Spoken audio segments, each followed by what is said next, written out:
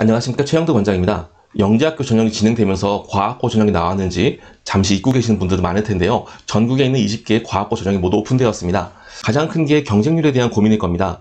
이번에 영재학교도 경쟁률이 많이 낮아졌다라고 보시는 분들이 많은데요. 이 부분에 의치한 제약 때문에 그럴 것이다 라고 생각하시는 분들이 많습니다. 우선 과학고는 영재학교하고 다르게 경쟁률이 더 심한 편차가 있어요. 특히 작년도에 3.17대 1의 평균에 비해서 경기북가고는 2배인 7.39대 1을 가지고 있고요. 강원가고는 2대 1을 보이고 있습니다. 이 이유는 20개의 고등학교를 각 지역에 있는 학교만 지원 가능하다라는 걸 알고 계시죠? 그래서 서울은 2개, 인천은 2개, 부산, 그 다음에 경남, 경북까지는 각각 2개의 과학고를 가지고 있지만 나머지 학교는 전부 다 각 지역에서 한 군데의 과학고분을 지원할 수가 없게 되어 있습니다. 그리고 예를 들어 세종 같은 경우에는 충북가고와 충남가고 둘 중에 하나를 지원 가능하도록 잡혀 있습니다. 그런데 과연 의치한 제약 때문에 올해 경쟁률이 낮아질 것인가? 그렇게 보지는 않습니다. 우선 2022학년도 올해 경남가고 전형을 보면 학고도 마찬가지로 의학학 계열을 적합하지 않다고 이야기하고 통제를 하고 있습니다. 가나다는 영재학교랑 거의 비슷하게 적혀져 있는데요. 마지막으로 수상 실적을 제외한다라는 항목에 대해서는 한 가지 더 강조를 하고 있습니다. 학생 수가 조금 더 증가했습니다. 그래서 아마 비슷한 3대 1 정도의 수준을 보이지 않을까라고 생각이 되고요. 영재학교가 절반으로 떨어진 건 한 학생이 2개 정도의 지원을 했었는데 이번에 중복 지원이 안 됐기 때문이라고 보는 게 유리하고요. 의치한 때문이라는 것은 사실 보기 어렵습니다. 두 번째로 전년 대비 정원이 변화했다라는 것 보시면 사실 변한 것이 하나도 없습니다. 그런데 이것을 왜 칠했냐? 영재학교를 준비하시는 분들은 약간 오해하는 경우가 있어요. 무엇이냐면 영재학교는 사회배려 대상자 전형의 인원수를 별도로 재빼거나 각기 다르게 통제하는 경우들이 있는데요. 일반 전형은 80%, 사회통합 전형은 20%를 뽑는 게 20개 고등학교의 공통입니다. 그래서 만약에 경기북가고가 100명이다 라고 하면 80명만 일반 전형이고 20명은 사회통합 전형이다 라는 것도 알아두시면 도움이 되겠습니다. 세 번째로 원서 접수인데요. 사실 이번에 영재학교 과학고 운영안을 보게 되면 9월달 한 달 동안 원서 접수를 하겠다라고 과학고에서 안내되어 있는데요. 과학고가 마음이 조금 급한 모양입니다. 학생을 찾아내고 선발하는데 과학고도 마찬가지로 부담이 되거든요. 그러다 보니까 최대한 앞으로 밀려고 노력을 했는데 너무 미다 보니까 영재학교 중에 한국과학 영재학교랑 인천과학예술 영재학교 두 군데가 합격자료표가 27일 발표가 되는데 부산에 있는 2개의 과학고랑 대전에 있는 과학고, 이 총 3군데 과학고는 27일이면 원서 접수가 마감이 됩니다. 과학고를 고민하시는 분은 해당 과학고에 전화를 걸어서 이 부분을 어떻게 해결해야 되는지를 꼭 확인하셔야 되겠습니다. 지금은 전화 결과 사실 정확하게 안내를 하고 있지는 않은 상황입니다. 네 번째로 전국에 있는 20개의 과학고등학교가 2단계까지만 진행합니다. 어디는 3단계도 합니다라고 각기 다르게 보여지는 경우가 있는데요. 준비하시는 여러분들은 그냥 똑같이 3번, 첫 번째는 서류, 두 번째는 서류 검증을 위한 면접, 마지막 세 번째는 인성과 수학 역량을 보여주는 면접이 있다고 생각하시고 준비하는 것이 좋습니다. 우선 서류에서는 내신만이 중요한 것이 아니라 학생부와 추천서, 자기소개서의 항목이 모두 들어간 다음에 통합적으로 1차 검증을 하게 되고요. 두 번째로 서류 검증을 통해서 학생에게 그리고 학교에 있는 선생님들에게 전화가 가거나 방문을 하거나 아니면 학교로 출석을 해서 면접을 보게 됩니다. 그리고 이렇게 선발된 친구들이 마지막으로 학교에서 소집 면접을 하게 되는데요. 대부분 1.5배수에서 2배수 정도가 모여서 면접을 진행합니다. 하지만 경기북가고는 너무 경쟁이 높다 보니까 3배수 정도 되는 인원이 마지막 면접 때 가게 됩니다. 즉 면접이 더 중요한 것이 경기북가고의 특징입니다. 자, 다섯 번째로 내신인데요. 여러분들 과학고에서 내신 B가 나면 떨어지나요? 라고 물어보시는 분들 많습니다. 일단 수학, 과학 이외의 과목들은 과학고는 반영하지 않습니다. 그런데 예를 들어서 비중이 50인 3학년 1학기가 만약에 B가 나올 경우에 수학, 과학 중에 하나가 B가 보인다면 타격이 엄청 큽니다. 그렇기 때문에 여러분들 지금 영재학교 준비하시면서 이번 기말고사가 엄청 중요하다. 그리고 영재학교를 만약에 실패하게 된다면 영재학교와 과학고 둘 다 놓칠 수도 있다라고 보시면 좋겠습니다. 그래서 2학년 때 있는 수학, 과학의 B 하나 정도는 어떻게 잘하면 보완이 가능할 수 있지만 3학년 1학기는 어렵다라고 보시면 좋을 것 같고요. 특히 몇 개 학교는 보시면 3학년 2학기 거를 3단계 최종 면접 때 들고 가는 경우들이 있습니다. 그렇기 때문에 끝까지 내신 관리는 잘해야 된다라고 보시면 좋을 것 같습니다. 그리고 여섯 번째로 수상실적 및 영재원 반영에 대한 부분인데요. 영재학교를 지원할 때는 사실 도말하는 항목들이 거의 없었을 것입니다.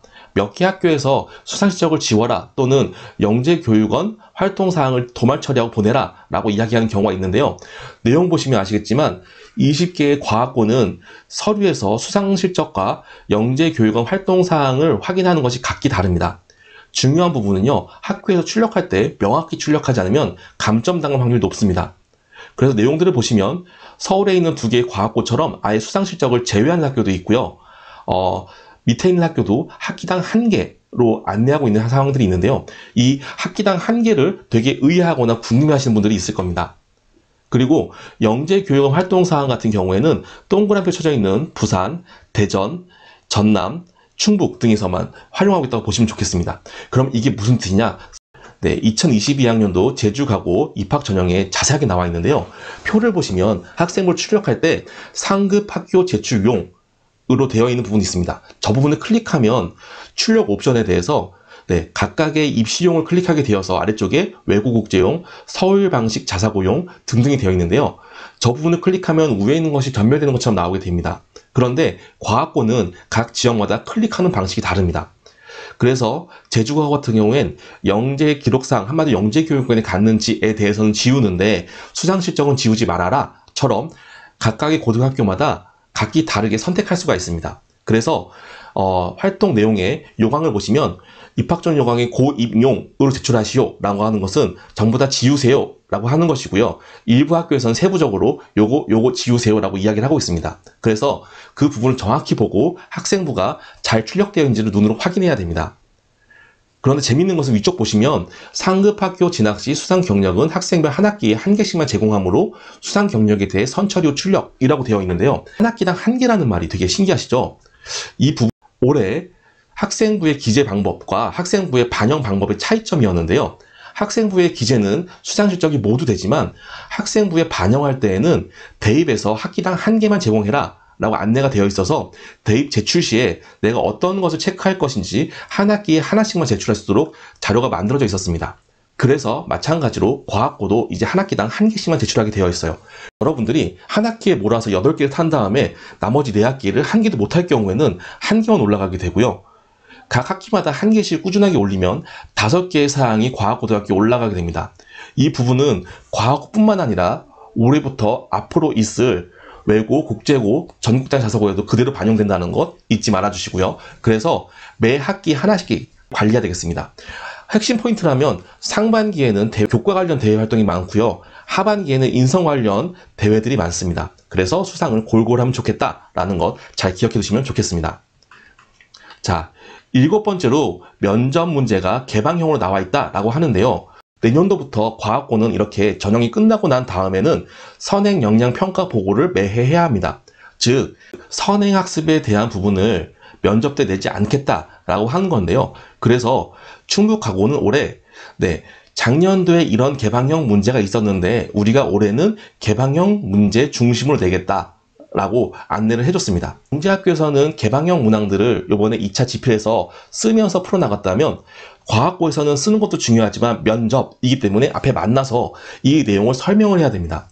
그런데 개방형 문항을 설명할 때는 굉장히 걸리는 것들이 많습니다. 내가 더 말할까 안 할까? 또는 이것을 말하는데 내가 조금 민망한데 설명을 더 구체적으로 해야 될까? 등등.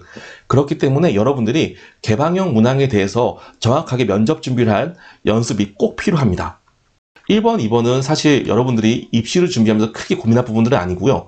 마지막 3번부터 7번까지가 영재학교는 많이 다르다라는 것을 볼 수 있을 텐데요.